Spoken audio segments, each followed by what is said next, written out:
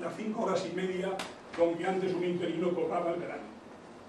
Un logro ya histórico, se pierde.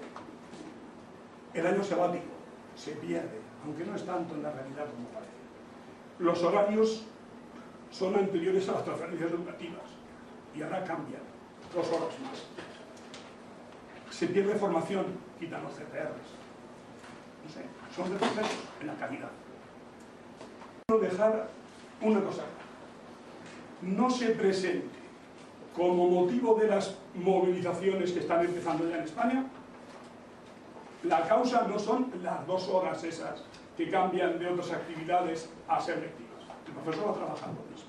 Y el profesor tiene solidaridad. Tiene solidaridad. No es por eso. Las asociaciones, como ya en algunos medios, dicen que los profesores quieren parar el comienzo del curso por 2 horas lectivas más. Eso no es cierto. ¿Qué nos preocupa?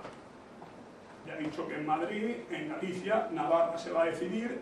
Hoy se están reunidos los 5 sindicatos para tomar una postura común a nivel de todo el territorio nacional.